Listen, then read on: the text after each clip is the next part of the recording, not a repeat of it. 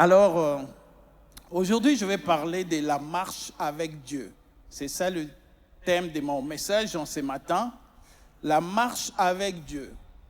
Je pense que quelqu'un a besoin d'écouter ça. Moi, en premier, la marche avec Dieu. Après avoir soupiré, après Dieu, après avoir passé du temps dans sa présence, après qu'il nous ait fait beaucoup du bien, je pense que nous ne pouvons nous lasser de Dieu. Amen. C'est notre vie. C'est un peu comme si tu me disais, j'ai suffisamment respiré depuis que je suis né, je pense que je vais faire un break. Tu ne sais pas faire ça. Dieu, c'est notre vie. Dieu, c'est notre oxygène. Dieu, c'est tout pour nous. Et nous ne pouvons pas nous passer de Dieu. Et en tout et pour tout, c'est en lui que nous avons la vie, les mouvements et l'être. Dieu est notre bien. Dieu est là. Il soupire même après nous. Parce que Dieu a tant aimé le monde qu'il a envoyé son Fils. Donc, il nous aime autant et il nous a aimé le premier. Et aujourd'hui, il veut dire à quelqu'un, marche avec moi. La marche avec Dieu. Je vous inviterai à ouvrir vos Bibles dans Genèse chapitre 5. Genèse chapitre 5, versets 21-24. Ça sera aussi, on va lire aussi Hébreux chapitre 11, verset 5. Et nous allons lire aussi les livres des Judes. Il n'y a qu'un seul chapitre, le verset 14. Genèse chapitre 5, verset 21-24. La Bible dit, Enoch, âgé de 65 ans, engendra Méthusélah. Enoch, après la naissance de Méthusélah, marcha avec Dieu 300 ans. Et il engendra des fils et des filles. Tous les jours d'Enoch furent de 365 ans.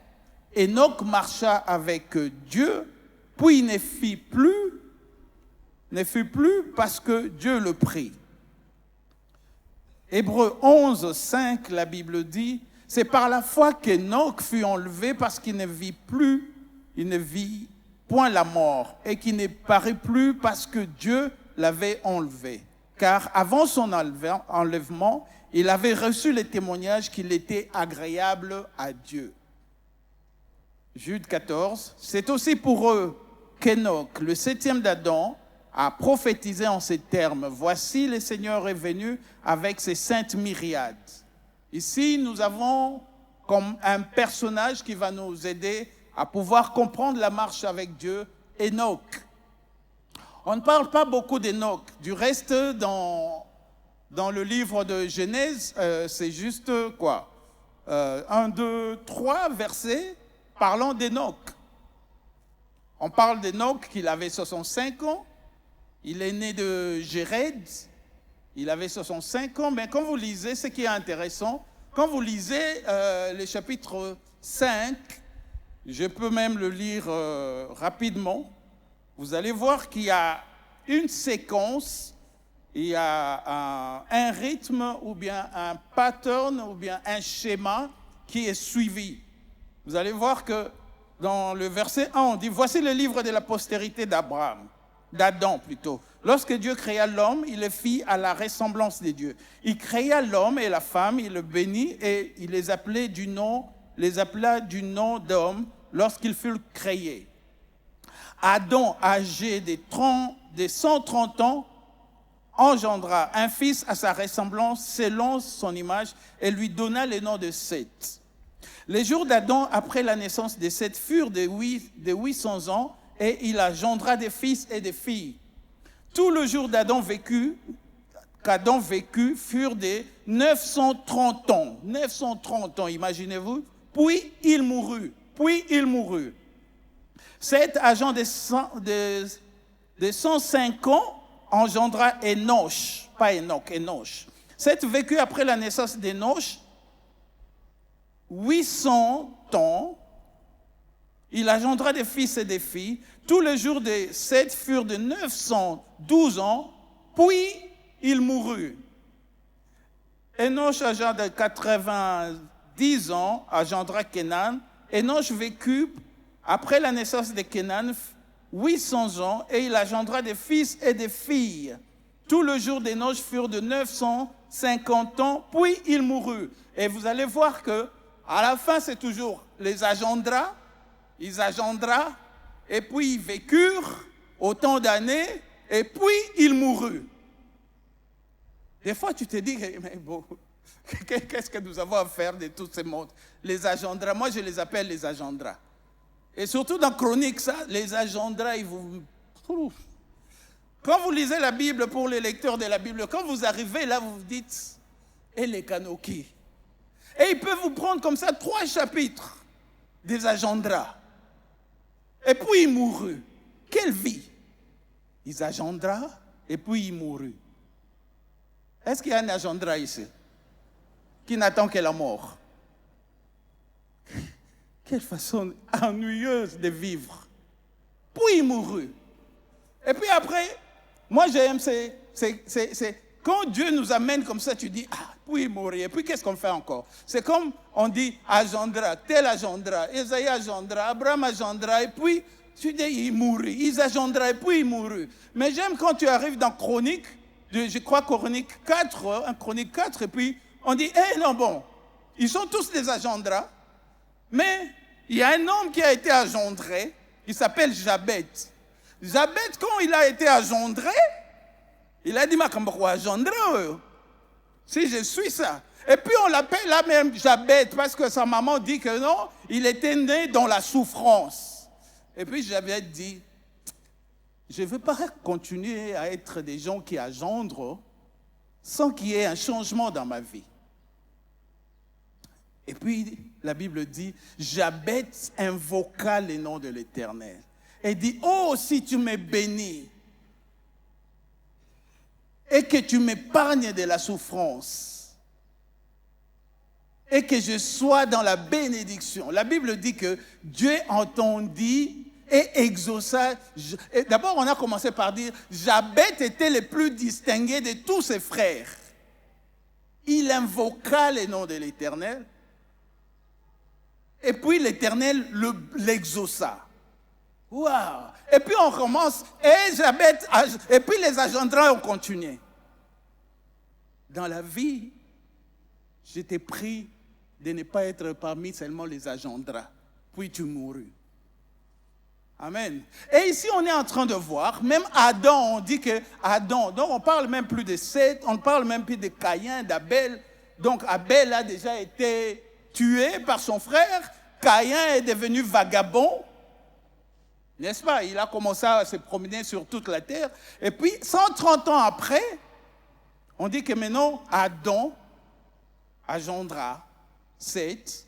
Et puis, il avait 130 ans. Et puis, il a vécu 800 ans après avoir engendré les filles et les fils. Et puis, il mourut.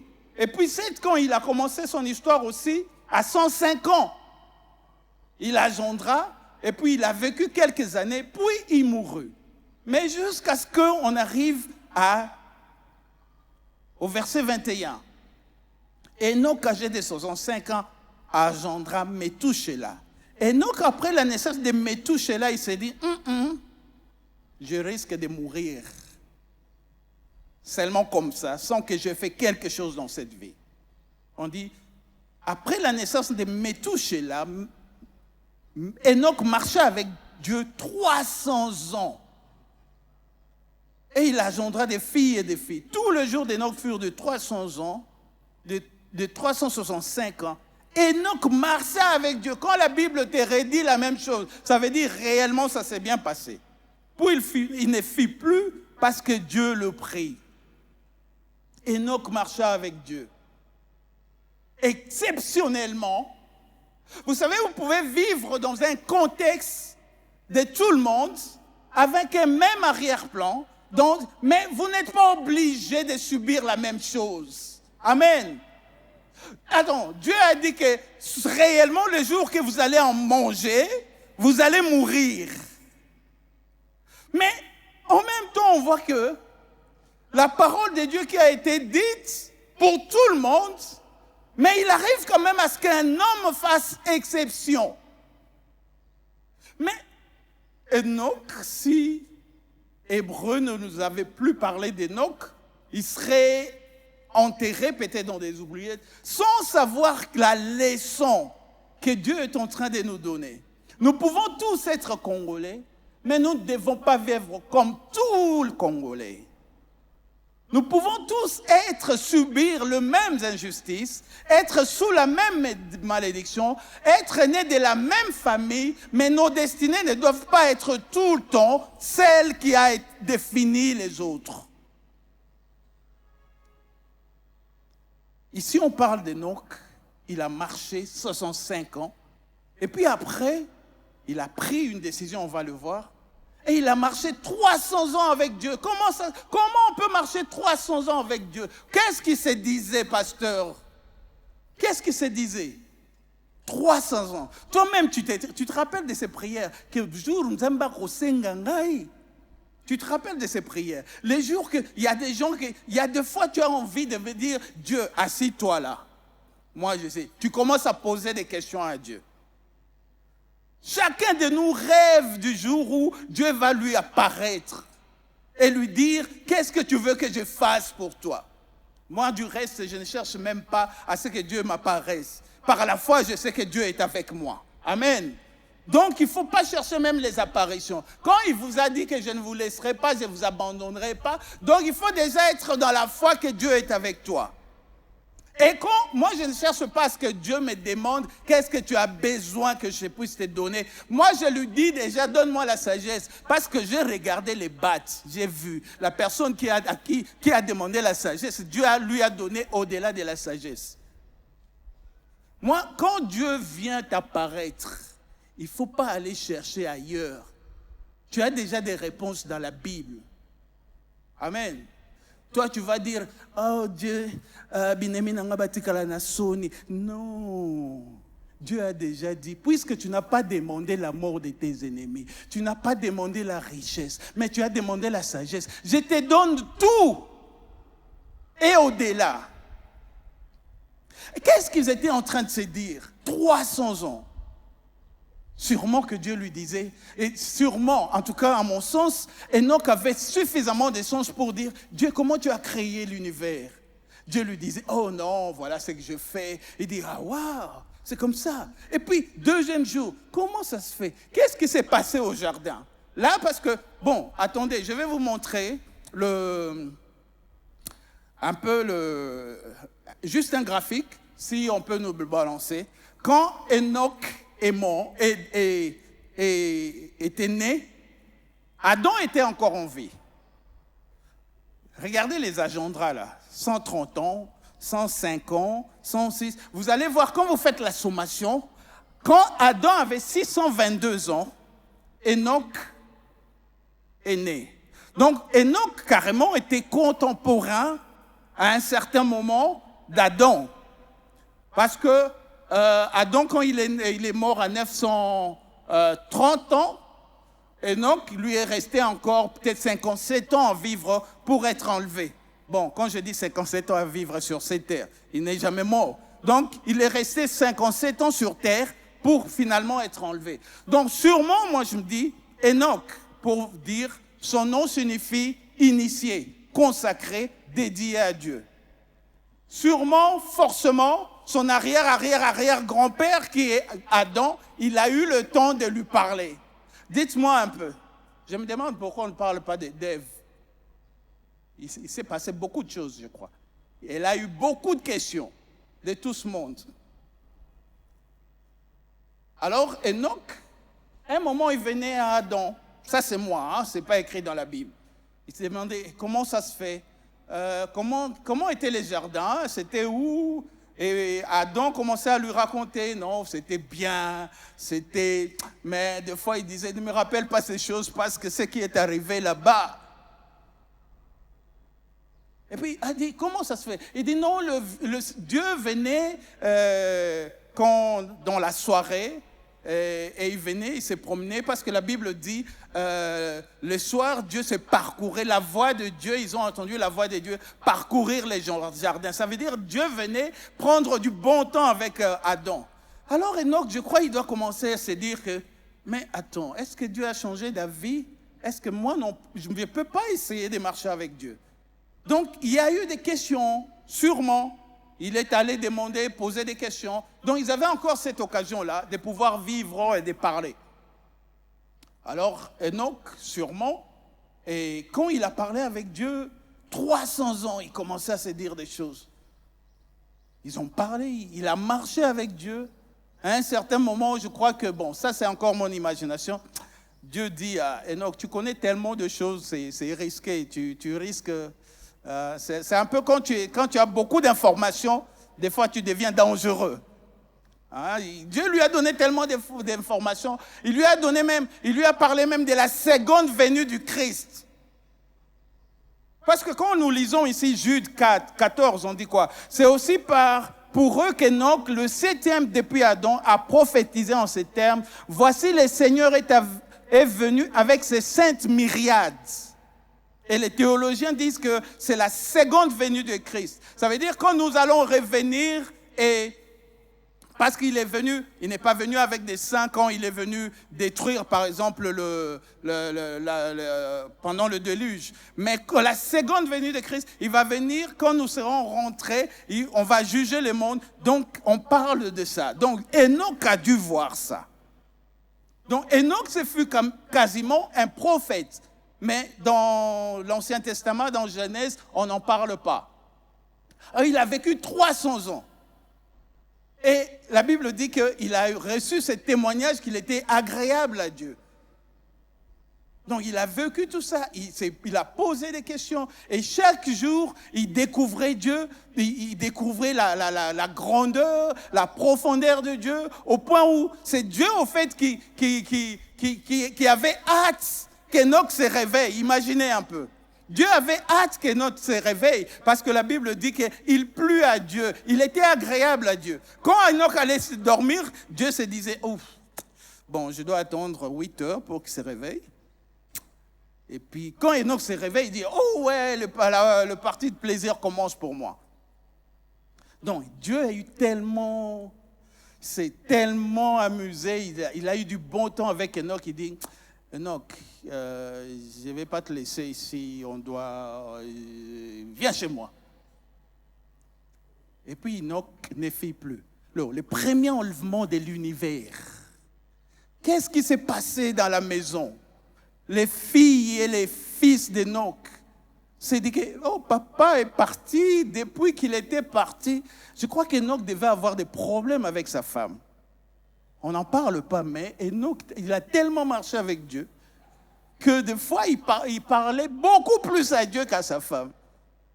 Et ce jour-là, Enoch a dit, bon, je ne rentre pas à la maison, Dieu. Oh, non, ça c'est moi, quand même. Mais imaginez-vous ce qui s'est passé dans la vie de cet homme-là. 300 ans. Alors, je voudrais nous donner quelques vérités fondamentales avant d'évoluer. La première vérité, c'est que marcher avec Dieu commence par une décision du cœur. Marcher avec Dieu, ce n'est pas un réflexe. Ce n'est pas juste une émotion. On a marché avec Dieu pendant 21 jours. Oh, on a ressenti la présence de Dieu. Non, marcher avec Dieu, ce n'est pas un réflexe ou bien une émotion ou bien quelque chose de ponctuel. Marcher avec Dieu, c'est une décision du cœur qui vient du cœur. Parce que la Bible dit, Enoch, il n'a pas toujours marché avec Dieu. Et comme nous avons lu, c'est quand il a eu son premier fils, Méthusélah. C'est lui qui a vécu le plus longtemps, l'homme le plus vieux du monde. Il a, je crois, vécu 972 ans quelque chose. C'est seulement quand il a eu son premier fils que la Bible dit, après la naissance de Méthusélah, Enoch marcha avec Dieu 300 ans. Donc, à un certain moment, Enoch a pris la décision de se dire que désormais, à partir d'aujourd'hui, je vais commencer à marcher avec Dieu. Et vous devez comprendre que les contextes dans lesquels Enoch a vécu, c'était un contexte où les hommes devenaient de plus en plus méchants. Et quand vous allez lire au chapitre 6, Dieu même s'est repenti d'avoir créé l'homme. Donc, Enoch a pris la décision ferme. Ce n'est pas qu'il a vu les autres le faire, mais c'est par lui-même, il a dit, désormais, je vais marcher avec Dieu. Et ma question pour toi ce matin, est-ce que tu peux vraiment dire que je marche avec Dieu?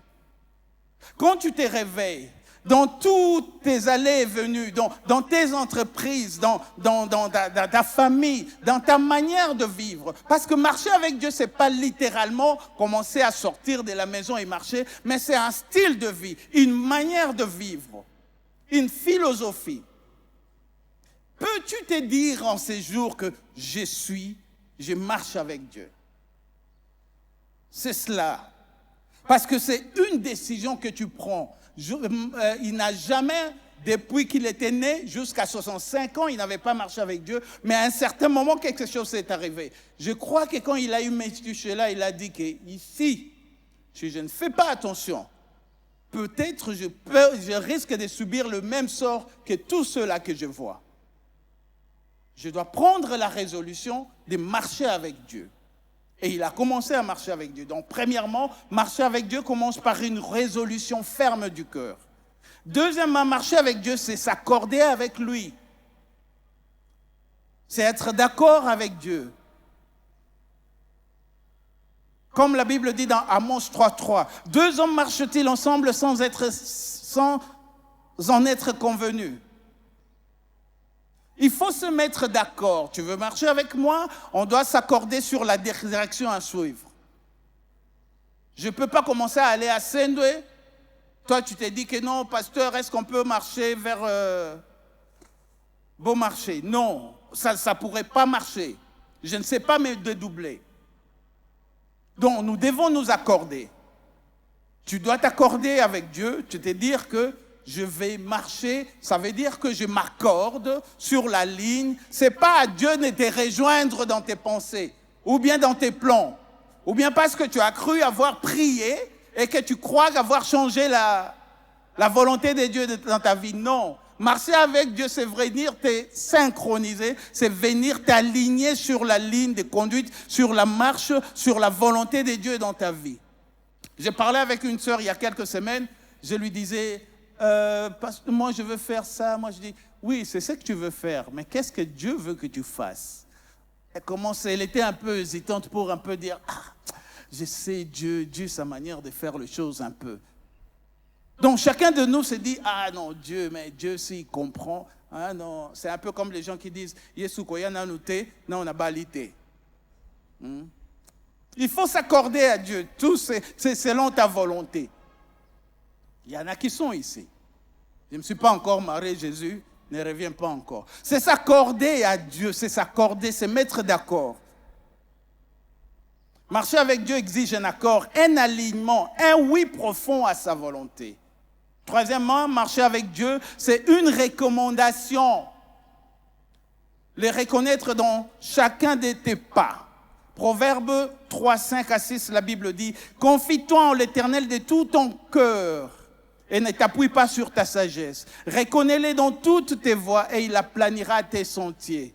De tout ton cœur, confie-toi en l'Éternel. Reconnais-les dans toutes tes voies. Y a-t-il des voies dans lesquelles tu ne reconnais pas encore Dieu dans ta vie? On dit confie-toi en l'Éternel. C'est une recommandation.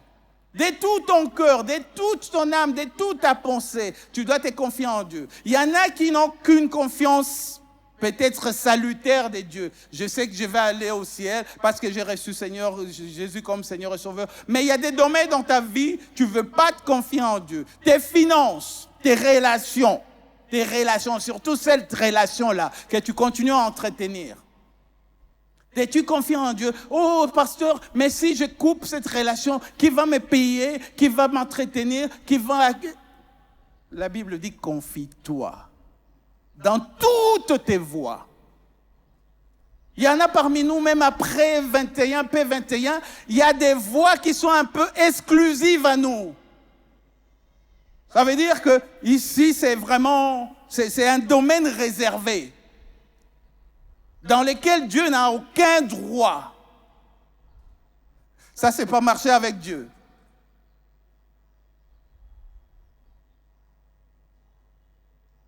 Michée 6:8, la Bible dit, Michée 6:8, on t'a fait connaître aux hommes ce qui est bien Et ce que l'Éternel demande de toi, c'est que tu pratiques la justice, que tu aimes la miséricorde et que tu marches humblement avec ton Dieu.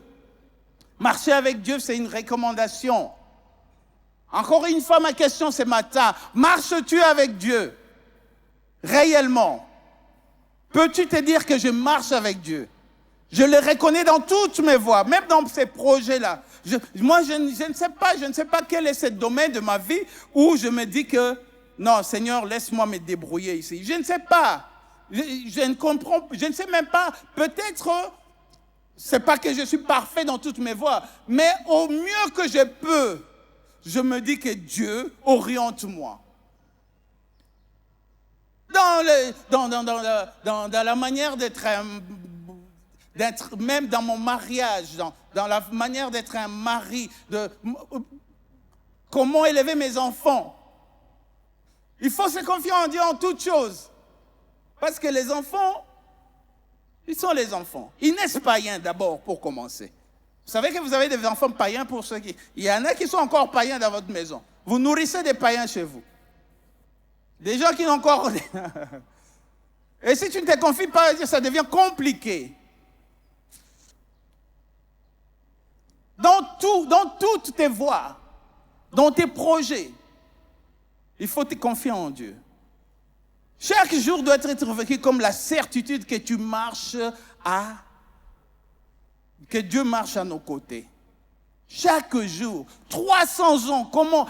On n'a pas dit Enoch marcha 220 ans, après il y eut une pause de 221e année, et puis la 225e année, il a commencé à marcher avec... Non, il a dit qu'il a marché 300 ans, de manière continuelle, continue, constante. Alors le deuxième grand point, c'est qu'arrive-t-il quand on marche avec Dieu? Qu'arrive-t-il quand on marche avec Dieu? Premièrement, celui qui marche avec Dieu, lui, est agréable. Celui qui marche avec Dieu, lui, est agréable. Comme j'ai dit tout à l'heure, Dieu prend plaisir de marcher avec ceux-là qui lui sont agréables.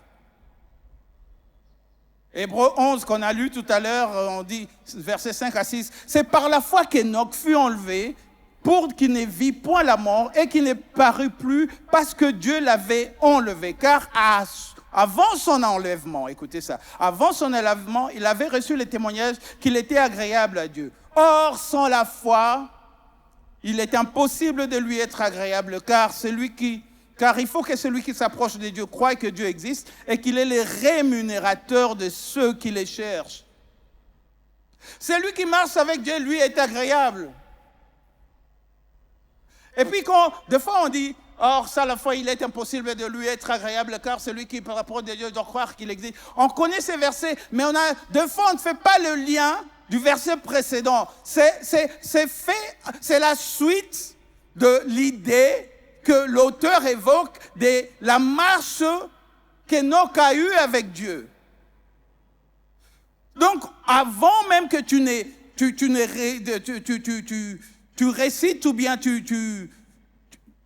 tu codes ces versets, excusez-moi, on dit, c'est par la foi qu'Enoch fut enlevé pour qu'il ne vit point la mort et qu'il ne parut plus parce que Dieu l'avait enlevé. Avant son enlèvement, il eut ce témoignage qu'il était agréable à Dieu. C'est pourquoi on dit, or, sans la foi, il est impossible de lui être agréable. Ça veut dire que nous croyons, bien sûr, que Abraham est le père de la foi. Mais ce n'est pas Abraham qui a commencé à marcher par la foi. Abel même a offert son sacrifice par la foi. Donc la foi a existé avant qu'Abraham ne fût. Et Enoch a marché par la foi 300 ans. Il y a des fois des gens qui ne veulent pas marcher par la foi. Et moi, le premier, je me demandais, quand j'ai commencé à marcher, à m'intéresser aux choses de Dieu, quand je me suis converti, et on commençait à dire, les justes vivra par la foi. Moi, ça me dérangeait.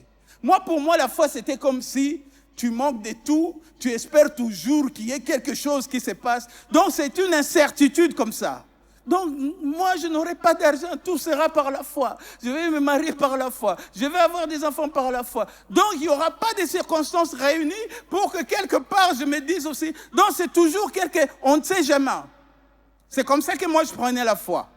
Non, la foi, c'est même quand tu as toutes les circonstances réunies, mais tu as la foi plus à celui qui t'a donné que ces circonstances puissent se réunir, parce qu'elles peuvent changer du jour au lendemain, mais tu as la foi à celui qui ne change pas. Il faut marcher par la foi. Je ne sais pas comment on fait pour ne pas marcher par la foi. Et quand vous ne marchez pas par la foi, vous ne plaisez pas à Dieu. Point barre. Marchons par la foi. La foi, en fait, Dieu a fait des choses telles que tu ne peux pas ne pas marcher par la foi. Tu ne peux pas. Tu t'es marié par la foi. Et puis tu as eu des enfants par la foi. Et même quand ta femme va accoucher, c'est toujours par la foi, parce que tu ne sais pas ce qui va arriver. Et puis quand les enfants vont naître, tu vas te dire, est-ce qu'ils seront en bonne santé ou bien ils ne seront pas des défauts. C'est toujours par la foi. Et quand ils vont grandir, tu vas te dire que, est-ce qu'ils seront intelligents? C'est par la foi. Là, ça ne s'arrête jamais. Et puis quand ils vont grandir, et puis tu vas te dire que, qu'ils terminent des études. C'est toujours par la foi. Et puis après, tu te dis, Akobala nani va aventurer. Quand tu vois des gens défiler comme ça, c'est toujours par la foi, pasteur, que tu te dis, non, ici, je dois dépendre de Dieu. Dieu a fait de sorte à ce que, même quand ils vont commencer, et puis après, ils se marient par la foi. Et puis tu vas commencer à prier que ce ne soit pas un aventurier, que leur mariage perdure et ils soient bénis. Dieu a fait de sorte à ce que nous dépendons toujours d'eux. Et puis après, toi aussi tu t'espères que tu vas porter les bakoko par la foi. Amen. Et même les jours de ta mort, c'est toujours par la foi, tu envisages. Donc tu ne peux pas marcher. Et la foi, c'est un risque. La foi, c'est tu vas à contre-courant de la vie. Quand les gens croient que c'est comme ça qu'il faut aller, les gens d'Enoch là, les gens de la période d'Enoch, c'était terrible. Talaba Mouta va vivre 900 ans. Lui, il a toute la vie à vivre, quoi. Imagine-toi si on te donne seulement 500 ans à vivre. Tu vas continuer à venir à l'église. Tu auras des programmes. Tu dis, bon, comme j'ai 500 ans à vivre, je prends d'abord 100 ans. Tu fais des choses que toi-même, tu t'imagines que tu puisses faire. Ces gens-là, ils vivaient tellement qu'à 300 ans, c'était encore des jeunes hommes. Il y en a, attends, et Noé, lui, il a commencé à voir Sam, Shem et l'autre là, à 500 ans. Donc, on a 500 ans, Moutarabota. Donc, c'était un contexte bizarre. Où les gens se disaient, ils ne connaissaient même pas s'il y avait l'enfer, donc Dieu les avait déjà chassés. Mais ils n'avaient aucun concept de la mort éternelle. Donc ils faisaient tout ce qu'ils voulaient. Les gens peuvent te dire que non, en cette période-là, il n'y avait pas trop de péché. Dieu s'est repenti d'avoir créé l'homme. Donc, il faisait des choses impossibles. Il dit, non, on a des vie, n'est-ce pas? Toi, comme là, tu as 18 ans, 20 ans, 25 ans, tu te dis, non, ma vie est toujours devant. Donc, imagine-toi, eux, déjà, à 300 ans, ils pouvaient dire des choses comme ça. Mais il fallait la foi et prendre le risque. Marcher avec Dieu. La foi, là. Des fois, je crois qu'ils allaient quelque part, Dieu lui disait quelque chose, et puis il dit, Enoch, tu vois, ils ont dû faire des expériences, parce que moi, Enoch, je me disais, Dieu, qu'est-ce qui s'est passé? Il s'est passé comme ça. Ok, d'accord. Non, Dieu, c'est que les anges peuvent voler, oui, ils peuvent voler. Enoch, moi, si j'étais Enoch, j'ai dit, Dieu, est-ce que tu peux me donner aussi un peu l'opportunité de voler? Et puis Dieu, il dit, vole. À 300 ans, attends, si tu t'ennuies, tu fabriques des histoires, non? En tout cas, moi, si j'étais Enoch, j'aurais fait ça. Et puis Dieu, il te dit, va à côté d'une falaise, tu y vas. Et puis il dit, saute. Nzambe, tu es sûr? Oui, saute. Et puis il saute et Dieu les rattrape. Parce que c'est cette aventure de foi. Et Dieu était tellement surpris. Tu vois, quand tu as un bébé, tu jettes. Et puis il fait, tu le rattrapes, n'est-ce pas? Je crois qu'ils ont joué à ça aussi. 300 ans à Tabinomoko. Essaye un peu d'être créatif. 300 ans, c'est beaucoup de temps pour faire des choses. Alors, il a marché par la foi. Des fois, il s'est jeté dans des falaises parce que Dieu lui a demandé de faire. Et puis Dieu a dit, garde ça en secret. Et puis il s'est dit, bon, on va garder ça à nous-mêmes. Amen. Bon, quand on sera au ciel, moi je vais lui poser des questions. Comment ça s'est passé? Bon, les eschatologues disent qu'Enoch va revenir avec Élie. Bon, ça, c'est pas mon problème. Qu'il revienne ou qu'il ne revienne pas, Jésus est Seigneur. Donc, il ne faut pas aller s'embrouiller dans des choses. Il y a des débats qui nous font perdre du temps, pasteur. Oh, Adam n'avait pas mangé les fruits là. Qu'ils aient mangé les fruits, qu'ils n'aient pas mangé les fruits. Jésus reste Seigneur. Des fois, il ne faut pas se livrer à des débats inutiles qui nous avancent à rien. Jésus reste Seigneur, tu as le salut et tu avances. Alors, deuxième point, Dieu lui-même rend témoignage de celui qui lui est agréable. Ça, c'est le deuxième point de ce qui arrive pour ceux qui marchent avec Dieu. Dieu lui-même rend témoignage de celui qui lui est agréable.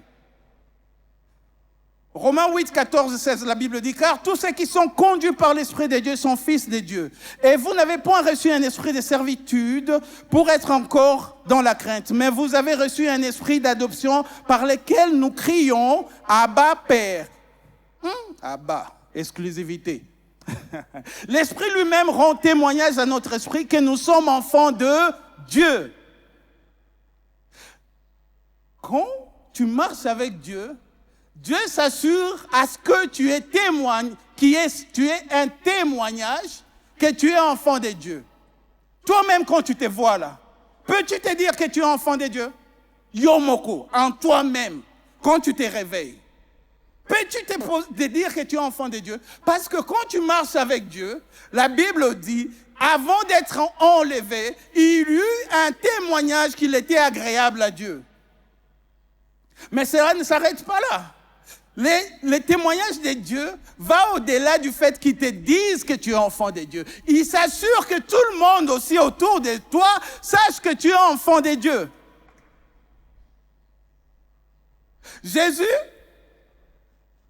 Dieu lui dit, aujourd'hui tu es mon fils, je t'ai engendré.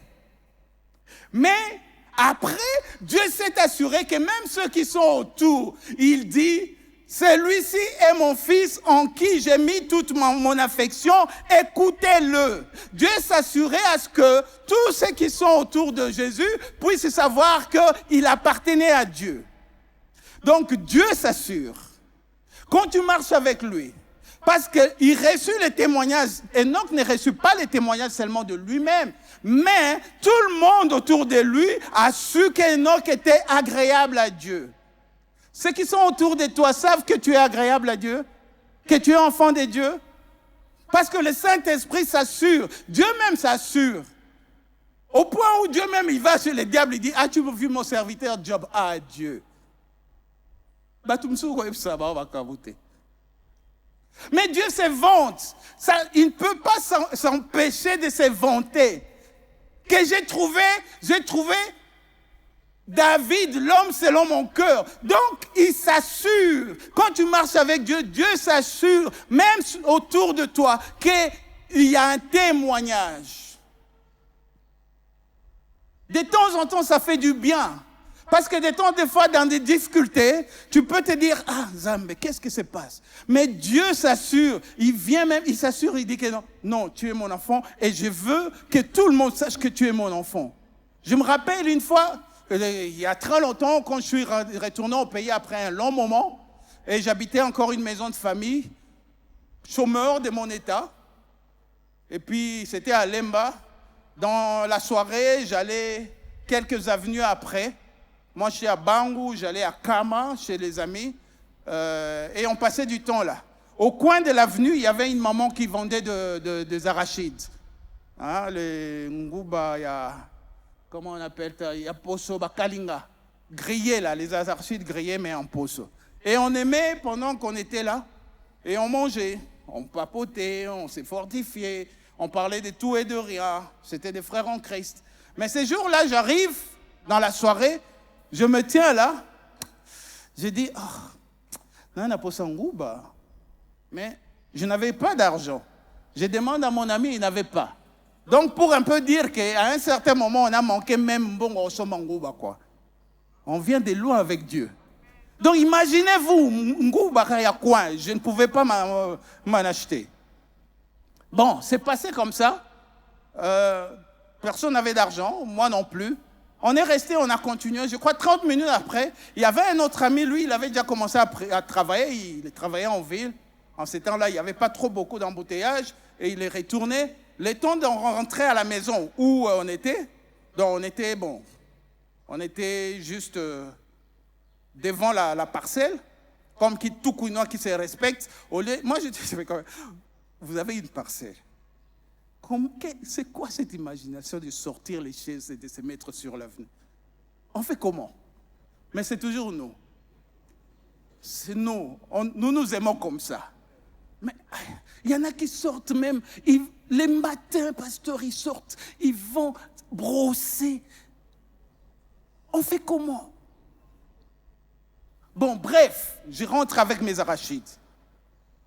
Alors le frère là, l'ami là, il se relaxe, je crois, il dépose son sac, il prend les babouches et puis il vient.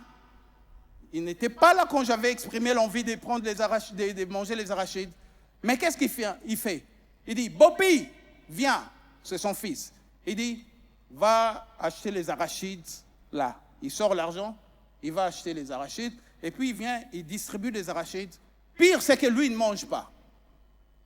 Et puis le frère à qui j'avais dit que j'avais besoin d'arachides, il se retourne, me regarde et dit, Osaï Nzambe. Amen. Donc Dieu, il cherche toujours des moyens de porter témoignage, même autour de toi que tu es enfant de Dieu. Ça n'a rien à voir avec, tu peux être en manque de manière physique. C'est pas ça qui détermine la bénédiction. La bénédiction, c'est savoir que tu marches avec Dieu. Même dans la disette, la bénédiction est de savoir que tu marches avec Dieu. Parce que tu peux être dans l'abondance et être maudit et être à 1000 milles de toute terre habitée de Dieu.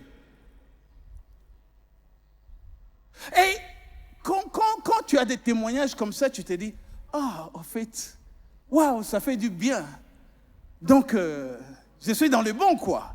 Même si je ne sais pas m'acheter des arachides, mais non. Même si tu ne sais pas t'arracher des arachides, mais non, ça, rassure-toi que tu marches avec Dieu. Il y a quelques semaines seulement, quelques jours, j'ai fini de prêcher, et puis, le temps de finir, on s'est dit bonjour, au revoir. Il y a une sœur qui s'approche de moi. Elle était bénie de la prédication. Et puis elle dit, ok, je vous donne le contexte. Je suis au chapiteau. J'arrive. Le protocole m'accueille. Pasteur, vous devez savoir que le pasteur qui devait prêcher aujourd'hui est bloqué dans les... Ces jours-là, il y avait un embouteillage comme on ne sait pas le nommer. Donc, même avec toute la volonté du monde, le prédicateur, moi quand je descends de la voiture, je dis, bon, il y a une moto. Et puis après, malgré la moto, il y avait des barrières multiples, il ne savait pas arriver. Et bon, Moussala Motopona, on dit, bon, pasteur, Yolobaoza, pasteur. Et puis, Dieu, il a agi. Je n'ai même pas dit aux gens que ce n'était pas moi qui devais intervenir. Dieu a agi et ma femme m'a même dit que tu n'as jamais pressé aussi puissamment. Et puis quand je descends, et la sœur qui était là, elle me regarde, parce qu'elle était dans les coulisses de l'histoire, elle me regarde et dit, pasteur, je ne sais pas quoi vous dire. Je manque de mots, mais je veux seulement vous dire que vous êtes enfant de Dieu. Quel bonheur d'attendre ça. C'est le meilleur des compliments qu'on puisse te donner. Donc, yo, c'est ma fan, ça va calé au cas, ok. Osamo Nzambe. C'est ça le témoignage que Dieu lui-même s'assure de pouvoir donner à ceux qui lui sont agréables. Que vraiment tu te rassures que tu es enfant de Dieu. Le Saint-Esprit témoigne dans ton esprit que tu es enfant de Dieu, mais Dieu s'assure, il dit, non, c'est tellement beau que je veux que tout le monde sache que celui-là est mon fils bien-aimé en qui j'ai mis toute ma ferme affection. Celle-là est ma fille bien-aimée en qui j'ai mis toute mon affection. Au point où, quand Laban veut t'attaquer, Dieu se rassure que celui-là, bon, je vais le visiter dans le rêve.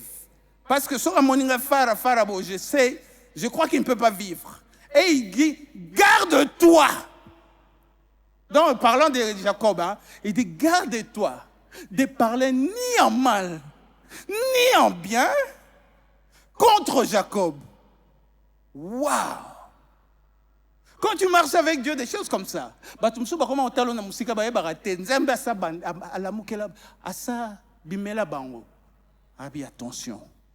attention, on ne touche pas à celui-là. Attention. Quand on marche avec Dieu, oh, c'est tellement bon. Pasteur, n'est-ce pas? Oh, quand on marche avec Dieu, Dieu se rassure. Dieu se rassure. Et c'est tellement bon. Qui se rassure que tu as un témoignage. Dieu établit d'abord les témoignages dans notre cœur et Dieu s'assure lui-même qu'il se manifeste aux autres. Amen. Troisième point. Marcher avec Dieu transforme et distingue. Quand tu marches avec Dieu, tu ne peux qu'être transformé, être distingué. C'est plus fort que toi. Tu ne cherches pas ça. Mais il y a des choses que les gens vont voir en toi, c'est dire que non. Celui-là, il est autre. Enoch marchait avec Dieu, puis il ne fut plus parce que Dieu le prit. Donc Dieu l'a distingué. Au fait, la marche ici, comme j'ai dit, c'est un style de vie. Mais autant que c'est un style de vie, mais c'est une progression que tu fais avec Dieu. Tu progresses. Tu ne peux pas arriver aujourd'hui, le 30 novembre, et que tu sois la même personne que tu étais le 1er janvier 2025. Ça ne se passe pas comme ça. La marche avec Dieu, tu dois être transformé. Quand on tourne vers lui le regard, on est rayonnant de joie. Et le visage ne se couvre pas de honte. Déjà même dans ta contenance, les gens peuvent savoir que il y a quelque chose en elle. Je ne sais pas dire si c'est quoi, mais il y a quelque chose en lui. Dieu te distingue. Ça veut dire quand tu marches avec Dieu, on dit que il ne fuit plus. Parce que Dieu, quand tu marches avec Dieu, tu ne vas plus fuir. Ça, c'est mon verbe. Tu ne vas plus être. Ça veut dire, chaque jour, tu changes. Ce n'est pas seulement que tu es enlevé, mais tu ne vas plus être la même personne que tu étais hier. Chaque jour que tu marches avec Dieu, il doit y avoir un changement. Il doit y avoir un progrès. Au point où les gens se disent, je ne les reconnais plus. Il n'est plus la même personne que j'ai connue il y a une année. Il n'y a plus la même personne que j'ai connue avant P21. Parce qu'il a rencontré Dieu. Et il a commencé à marcher avec Dieu. La preuve, ceux qui n'ont pas marché avec Dieu, les frères de Joseph, ils sont restés le même. Ils sont restés fus. Mais Joseph, il a changé. Au point où ses frères même n'ont pu le reconnaître parce qu'il n'est plus la même. Écoutez ce que la Bible dit. Même dans la prison, la maison de Potiphar, même dans tout ça, la Bible dit que Dieu était avec Joseph. Il marchait avec Dieu. Au point où les gens n'ont plus reconnaître Joseph. Ses propres frères. Il devait lui-même se présenter. Mais eux, lui, il les a reconnus.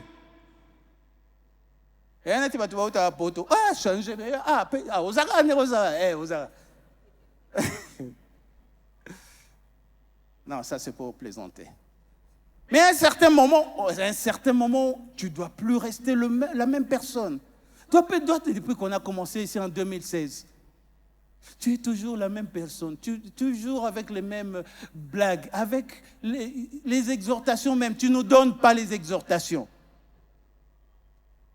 Tu es toujours là, en train de chauffer les chaises. Servir, au beau servir. Exhorter, au beau exhorter. Entre dans un ministère, tu ne veux pas. On se pose la question, est-ce que tu marches vraiment avec Dieu? Écoutez ce que Acte 4:13 dit.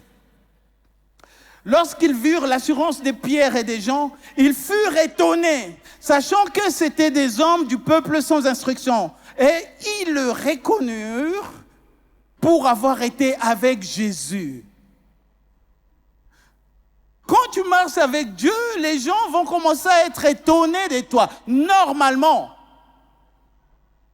Les disciples, ceux qui étaient craignants, ils ont fui même quand Jésus devait être amené à la croix. N'en parlons même pas de Pierre, il a renié Jésus.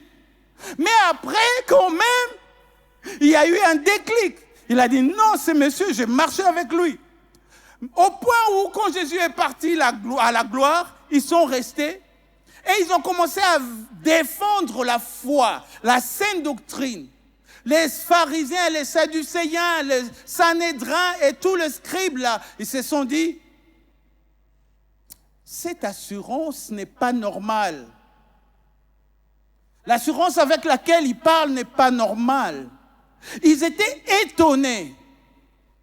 Parce qu'ils savaient que c'était des gens du peuple, c'était des pêcheurs, des menuisiers, ils étaient des gens du peuple. Mais ils reconnurent qu'ils étaient avec Jésus. Quand tu marches avec Dieu, les gens doivent reconnaître. Dieu va te distinguer. Dieu va te distinguer. Et nous-mêmes aussi, on va se dire, non, ces frères-là, ils marchent vraiment avec Dieu. Ils marchent, on n'a pas besoin d'être ici, devant tout le monde. Non, mais on sait reconnaître la grâce de Dieu. On sait reconnaître. Vous savez qu'on ne peut pas feindre la piété. Vous savez que vous ne savez, on ne sait pas feindre la piété. Je peux venir ici, fire, fire. Je transpire comme je suis en train de transpirer ici. Ceux qui sont spirituels, ils peuvent se dire que cet homme, il est spirituel, ou bien il est en train de nous... Il a seulement un zèle comme ça. Hein, il connaît les choses de Dieu. Vous savez, quand on est ici, on est en train de chanter. Vous voyez quelqu'un qui dit, oh, dans la profondeur. Tu ne peux pas feindre la piété. Ceux qui sont spirituels peuvent se dire que celui-là est dans la présence de Dieu. Celui-là n'est pas dans la présence de Dieu. Celui-là, il a une belle voix. Elle a une belle voix. Hein, choriste? Si je veux parler de vous. Même nous qui montons ici. Vous croyez que vous ne pouvez pas feindre la piété ou bien la profondeur? Attends, feindre Fukami Ozolela. Quelqu'un regarde. Attends, même à YouTube, on peut voir que. Oh, est-ce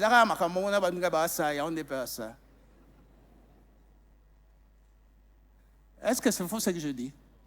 Vous savez voir, non? Les pasteurs ont aventuré. Quelqu'un sur YouTube a talimaté à Batou. Vous pouvez savoir. Parce qu'en réalité, dans l'homme, c'est l'esprit. Les paroles que je vous ai dites sont esprit et vie. La Bible dit que Jésus ne parlait pas comme tout le monde et on dit qu'il parlait avec autorité. Ça veut dire qu'il pouvait dire le même discours, mais il y avait une autorité, il y avait quelque chose au-dessus de son discours qui déterminait que non, ce qu'il disait, c'était vraiment la vérité. Tu peux venir dire les mêmes choses, mais ne pas avoir l'autorité. Et moi, comme je dis, il y avait un thème que le pasteur, l'apôtre Roland avait animé dans un de ses séminaires quand on était encore au CMP. Il a dit, les mariages, les divorces et les remariages dans l'église de mon pays. Hein? N'est-ce pas? Vous connaissez ce thème-là, non? C'est quoi, ça y a 5 ans de mariage, au bloqué en haut, avec des tournures et tout. Tu viens, tu dis ici, oh non, je vais animer un séminaire, les mariages, les divorces et les remariages dans l'église de mon pays. Aventurieux. Tu peux dire les mêmes choses, mais on va regarder ça. Petit Tikanora. Tu comprends? Parce que tu n'as pas autorité. Même si tu dis les mêmes choses, on va te dire, Paul, nous connaissons. Jésus, nous connaissons. Toi, c'est qui?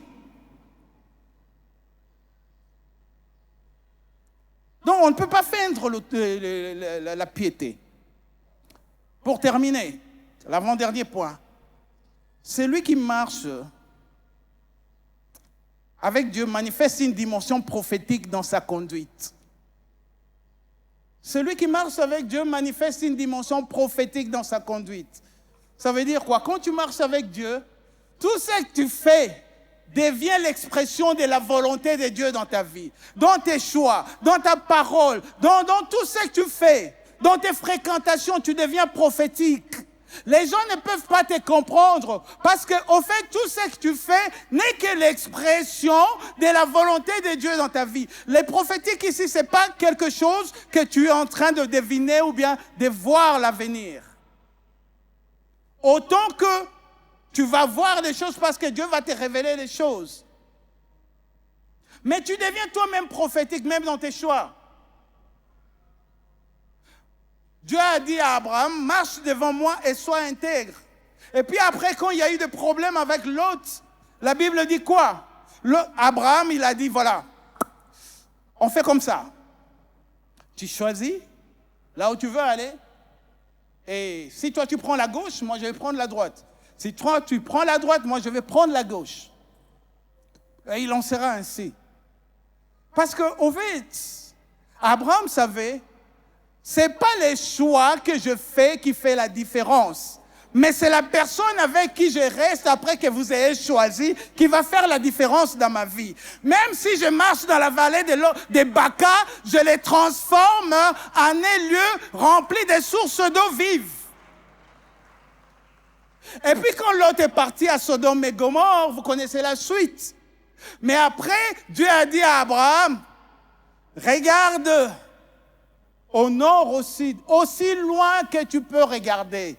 Je te donne ce pays en possession. Il y a une sœur qui m'a envoyé des fois un WhatsApp, c'est une Sud-Africaine. Elle me dit, imagine un peu si Abraham avait un drone. Il allait faire voler le drone. Comme ça, il aurait pu voir Naba Syrie, Naba Liban, tout ce territoire-là. Il dit, Dieu, même là-bas, je vais prendre ça en possession. Quand tu marches avec Dieu, tu deviens prophétique. Dans tes choix, tu deviens prophétique. Marcher avec Dieu transforme la manière d'agir, de décider et de se comporter. Quand les gens appellent conspiration, toi tu n'appelles pas conspiration. Quand les gens te disent « Oh, au rythme du pays », toi tu ne vis pas au rythme du pays, tu vis au rythme du royaume. Dans notre royaume, nous allons de gloire en gloire, de grâce en grâce, de victoire en victoire. Tu deviens prophétique. Dans tout, tu es à contre-courant. Dans la plupart des cas, quand les gens, tu ne peux pas être compris. Oh, la famille va comprendre. Yo ne va comprendre. Dis-moi d'abord. Comment est-ce qu'on peut comprendre quelqu'un qui est né de l'Esprit de Dieu? La Bible dit, les vents soufflent. Tu ne sais d'où il vient, où il va. Il en est de même de celui qui est né de l'Esprit de Dieu. À un certain moment, toi-même, tu ne te comprends pas. Mais il y a des volontés qui s'imposent en toi. Et tu dis, je ne peux que faire ce que j'ai vu le Père faire. Tu deviens prophétique. Amen. Et en dernier, celui qui marche avec Dieu aborde la fin de la vie sans crainte, dans la paix et assurance. Même la mort devient juste une transition. Quand Enoch marchait avec Dieu, il était tellement rempli de vie que la mort a été engloutie dans la victoire, dans la présence de Dieu. Vous savez que ceux qui ont reçu Jésus comme Seigneur et Sauveur ne mourront jamais? Est-ce que vous le savez? En fait, la mort physique n'a plus de pouvoir sur nous parce que nous sommes esprits. Les jours de ma mort, Je vais juste transiter. Je vais déposer cette enveloppe et off, je serai parti. La Bible dit, Jésus qui dit à Marthe, 11, 25 à 26, Jésus lui dit, je suis la résurrection et la vie. Celui qui croit en moi vivra, et même s'il serait mort, et quiconque vit et croit en moi ne mourra jamais. Crois-tu cela? L'aiguillon de la mort a été enlevé. En fait, au point où Paul disait même, la mort m'est un gain. En fait, tu sais pourquoi tu as peur de la mort? Parce que tu n'as pas encore la réalisation de la présence de Dieu dans ta vie. De la marche de Dieu dans ta vie. La mort, moi je ne mourrai pas maintenant. Hein. Je vous ai déjà dit ça. Parce que j'ai lu dans la Bible là, on m'a dit que je serai rassasié des jours. Donc, jusqu'à ce que je sois rassasié, c'est quand je vais mourir. C'est pas ma faute. Oh, pasteur, on ne sait jamais. Moi, je sais en qui j'ai cru. Je sais que mon Rédempteur est vivant. Il se serait assuré de ne pas que je lise ça. J'ai lu quand même quelque part, on a dit, c'est avec une longue vie. Mais en fait, cette longue vie-là, je vais vivre seulement parce que, bon, je vais vivre quoi? Et je vais voir les enfants de mes enfants et tout, et je vais leur donner des héritages. Et je dis toujours à ma femme, j'ai déjà dit à Dieu, parce que je marche avec Dieu, j'ai déjà dit à Dieu que moi, je vais mourir avant ma femme. Je suis égoïste. Oui. Mais quand même, je vais mourir, je me suis dit, bon, il faut encore maintenant avoir 90 ans. Et puis après, je vais me décider. Si je suis rassasié, je vous laisse. Je vous précède. Ça, c'est une alliance que j'ai avec mon Dieu. J'ai vu dans la Bible, il n'aurait pas dû mettre ça là-bas. Quand j'ai vu, j'ai dit, ok, c'est bon. De toutes les façons, nous sommes à jusqu'à 120 ans.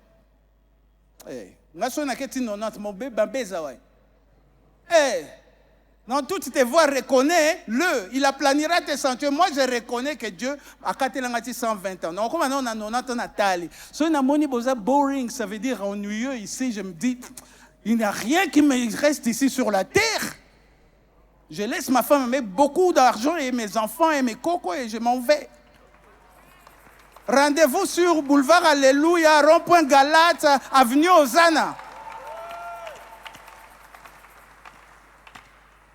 Amen. Donc la mort ne doit pas être une crainte pour nous. Non. Si Jésus décide de revenir aujourd'hui, c'est encore meilleur que ce que je peux m'imaginer. Parce que dans les 90 ans dans lesquels je vais encore vivre, là, il y aura des embouteillages, il y a beaucoup de choses, il y a tout. Je vais endurer ça. Mais bon, je vais vivre quand même. Mais si Jésus revenait, ça sera encore meilleur. Là, je vais voir Enoch, je dis, mais papa, expliquez-nous. Amen. Tout ça, il est tellement bon de vivre avec Dieu. Il y a une assurance. Même la mort ne devient rien, quoi. La mort, pourquoi vous avez peur de la mort? Tu as Jésus. Tu vis éternellement. La vie éternelle est déjà en toi. Quand tu as Jésus, tu as la vie éternelle. Donc, il n'y a pas eu une autre éternité. Donc, les lots sont bandés éternité. Il faut que tu te mets dans... Non, je vais vivre éternellement. Je vis éternellement. Je vais seulement... C'est comme si j'enlevais cette veste. Et puis, c'est un peu comme ça que je vais faire avec mon corps. Je ne vais pas souffrir. Je vous garantis. Oh, non. Je ne serai pas surpris par la mort. Je vais être comme David. Je m'en vais dans les chemins de tous mes pères. J'ai béni mes enfants, mes cocos et tout. Bye bye. Hello. Et je crois que je vais mourir avec un sourire. Et Talibino, il me sera fait selon ma foi.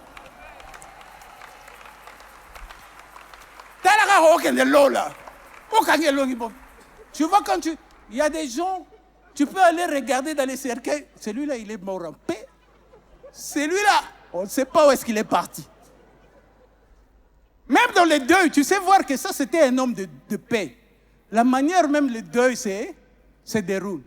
Mais ceux qui Moutayaouli, vous savez qu'est-ce qui se passe? Les gens commencent déjà à se combattre avant même qu'ils ne soient enterrés. Est-ce que je dis la vérité ou pas? Donc, ça, quand tu marches avec Dieu, même la crainte de la mort part. Parce que la Bible dit, l'aiguillon de la mort a été enlevé. Marchez avec Dieu. Prends la résolution de, oh non, quand je vais mourir, qu'est-ce qui va arriver à ma famille? J'étais jeune, j'ai vieilli, je n'ai jamais vu le juste abandonné, ni sa postérité. Donc Dieu va s'assurer de ta postérité. Oh, que ma postérité ne sera pas abandonnée. Jusqu'à la 1000e génération. Makamango, c'est sérieux. Hein? Est-ce que tu peux arriver à être aussi sérieux et croire en Dieu, même dans les détails? Croire que marcher avec Dieu, ce n'est pas une liste solo, c'est quelque chose de vrai. Et Dieu prend plaisir à ça. Il prend tellement plaisir à ça que quand tu dors, il se dit, il s'impatiente, il a hâte que tu te réveilles parce qu'il veut prendre plaisir à toi. Imaginez un peu. On dit les bontés de l'Éternel se renouvellent chaque matin. Le plaisir de l'Éternel doit aussi se renouveler chaque matin quand toi tu te réveilles. Ça veut dire quand tu te réveilles, bilingue bandi. Mais c'est un peu tout ce que je suis en train de vouloir dire, non? Quand Enoch s'est réveillé, la Bible dit, il était agréable à Dieu. Ça veut dire que donc Dieu déjà lui ne dort pas. Je ne sais pas comment il fait. Il veille sur Enoch. Il part même, il commence à les visiter même dans ses rêves. Tu as vu comment Dieu visite même dans les rêves, non? Écoute, ceux qui ont aux olal, aux amours ensemble, olali, oloti, osale kobo, comment tu fais? C'est qu'il y a quelque chose qui... Même dans les rêves, il doit y avoir la crainte de Dieu, même dans ton rêve. Même quand tu es inconscient, ton esprit doit être suffisamment inconscient, même si on te tente dans les rêves. Au lobby, au sans effet, au nom de Jésus. Au l'amour qui fait au lobby, chance n'a quoi qui tenait kobo. Ah, Dieu est bon. Amen. Wow. La marche avec Dieu. Ce matin, tu es là, tu te dis, pasteur, j'attends parler de cette histoire de la marche avec Dieu, mais je ne suis pas trop sûr. Comment marcher avec Dieu? Je vais te dire, la première des choses pour commencer à marcher avec Dieu, c'est recevoir la vie de Jésus. Recevoir Jésus comme Seigneur et Sauveur. C'est là où tout commence. Parce que Jésus a dit que je suis le chemin, la vérité et la vie. Nul ne peut venir au Père que par moi. Marcher avec Dieu, c'est premièrement recevoir Jésus comme Seigneur et Sauveur. Et tu es là ce matin, tu dis, pasteur, j'attends parler de Jésus, mais je ne l'ai jamais reçu comme Seigneur et Sauveur. Je n'ai jamais reçu la vie de Jésus. La Bible dit, au commencement était la parole était avec Dieu et la parole était Dieu. Et la Bible dit, la parole est venue chez les siens ne l'ont pas reçu. Mais j'aime, c'est la suite. Il est dit, à ceux qui l'ont reçu, à ceux qui croient en son nom, il leur a donné le pouvoir de devenir enfants de Dieu. Ça veut dire, quand tu reçois Jésus, tu commences l'aventure, tu commences la vie de Dieu.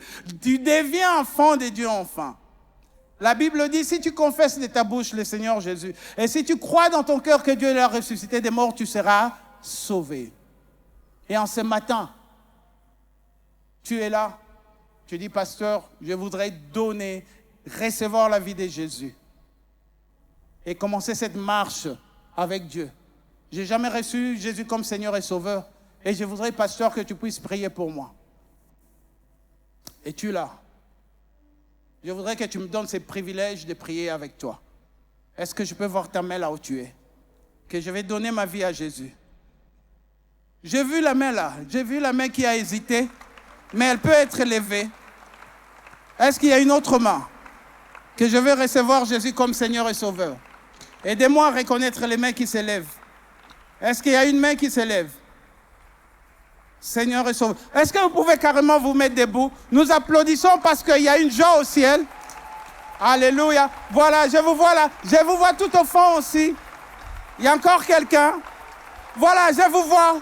Je vous vois. Waouh. Je vous vois. Et mieux, Dieu vous voit. Et les gens se réjouissent. Restez debout, restez debout. Quel privilège. C'est là où tout commence. Alléluia. Waouh. Au balcon, il y a quelqu'un. Oui, mon frère, que Dieu te bénisse. Waouh. Oui, mon frère, je t'ai vu. Waouh. Quelle belle décision à prendre, à commencer cette marche. Alors, ce privilège, j'aime bien ce matin de vous conduire dans cette prière d'acceptation de Jésus. Je vais faire cette prière et vous allez juste répéter la même prière après moi. Et c'est une simple prière, mais c'est une prière qui va déterminer votre éternité à jamais. Et vous allez commencer cette marche avec Dieu. Et les jours où vous allez vous rappeler de ces jours, vous allez dire, il y avait un pasteur qui n'avait pas de cheveux qui a dit qu'il faut marcher avec Dieu. Et c'est pour là où, c'est en ces jours-là que j'ai commencé ma marche avec Dieu. Que Dieu vous bénisse, je suis fier de vous. Je vais prier. Et vous allez répéter ces quelques mots. Et ça sera un nouveau départ dans votre vie.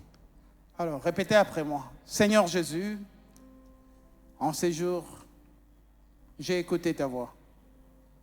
En ces jours, je viens, esprit, âme et corps, m'abandonner à toi. Je viens recevoir la vie que toi tu m'as donnée, la vie éternelle. Je confesse de ma bouche que tu es mon sauveur. Tu es mon Seigneur. Je confesse de ma bouche que tu es mon Seigneur. Je crois dans mon cœur que Dieu t'a ressuscité des morts. Et tu vis à jamais. Viens dans ma vie. Vis en moi. Je renonce à ma vie passée. Lave-moi par ton sang. Rends-moi plus blanc que neige. Je déclare devant Dieu, devant les anges, devant le royaume des ténèbres, le diable, les démons, que j'appartiens à Jésus. Seigneur, que ton esprit me soutienne, habite en moi. Fais de moi ton fils et ta fille, ton fils, ou mieux ta fille. Je te reconnais aujourd'hui comme ma vie. Merci de m'avoir sauvé. Dans le nom tout-puissant de Jésus. Amen. Est-ce que nous pouvons encore une fois acclamer pour eux? Les bien-aimés de protocole vont vous donner quelques dépliants et ils vont prendre vous prendre en charge. Après que nous avons terminé ici, ils vont vous amener quelque part pour partager quelques informations avec vous. Que Dieu vous bénisse et que Dieu bénisse sa parole.